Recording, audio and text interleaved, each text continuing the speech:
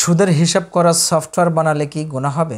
ইসলাম এমন একটি জীবন ব্যবস্থার নাম যেখানে প্রশ্ন করলে এমন কোনো বিষয় নাই যে উত্তর পাওয়া যায় না। সুদের কাজে সহযোগিতা করার যে কোনো ধরনের মাধ্যম বানিয়ে দেওয়া অবশ্যই অভিশপ্তের কাজ এবং গুনাহের কাজ। কেমন?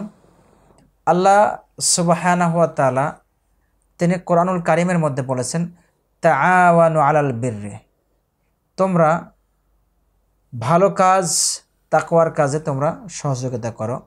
ওয়ালা তাআওয়ানু আলাল ইসমি ওয়াল উদওয়ান, তোমরা পাপের কাজ এবং সীমালঙ্ঘনের কাজে সাহায্য সহযোগিতা করো না। প্রিয় ভাই, আপনি যে সফটওয়্যার ইঞ্জিনিয়ার, সফটওয়্যার তৈরি করেন, যদি আপনার সফটওয়্যারটার মাধ্যমে সুদের হিসাব রাখা হয়, হিসাব কষা হয়, তাহলে অবশ্যই এটা সুদ হারাম জিনিস, হারাম কাজে সহযোগিতা করলেন আপনার পাপ হবে।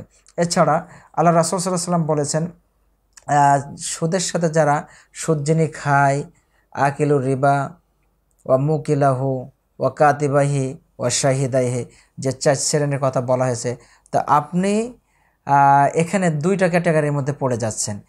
এক, আপনি নিজে সফটওয়্যার বানিয়ে দেওয়া, মানে যে ওখানে হিসাব রাখা হবে, তাহলে আপনি লিখিত যে উকিলটা সেই মাধ্যমে পড়ে যাচ্ছেন। আরেকটা ওয়া শাহিদাহি, অর্থাৎ আপনি সাক্ষীদাতা হিসেবেও ওখানে পড়ে যাচ্ছেন। সুতরাং সাহায্য সহযোগিতা করা হয় এমন কোনো সফটওয়্যার সুদের ক্ষেত্রে বানানো যাবে না যেটার দ্বারা অবৈধ এই সকল কাজকর্মের হিসাব রাখা হয়। এই সকল কাজ থেকে দূরে থাকতে হবে। আল্লাহ আপনাকে সহযোগিতা করুন। তোমরা যা জানো না তা তোমরা জেনে নাও। আল্লাহ সুবহানাহু ওয়া তাআলা এইভাবে বলেছেন, ফাসআলু আহলা যিকরি ইন কুনতুম লা তা'লামুন।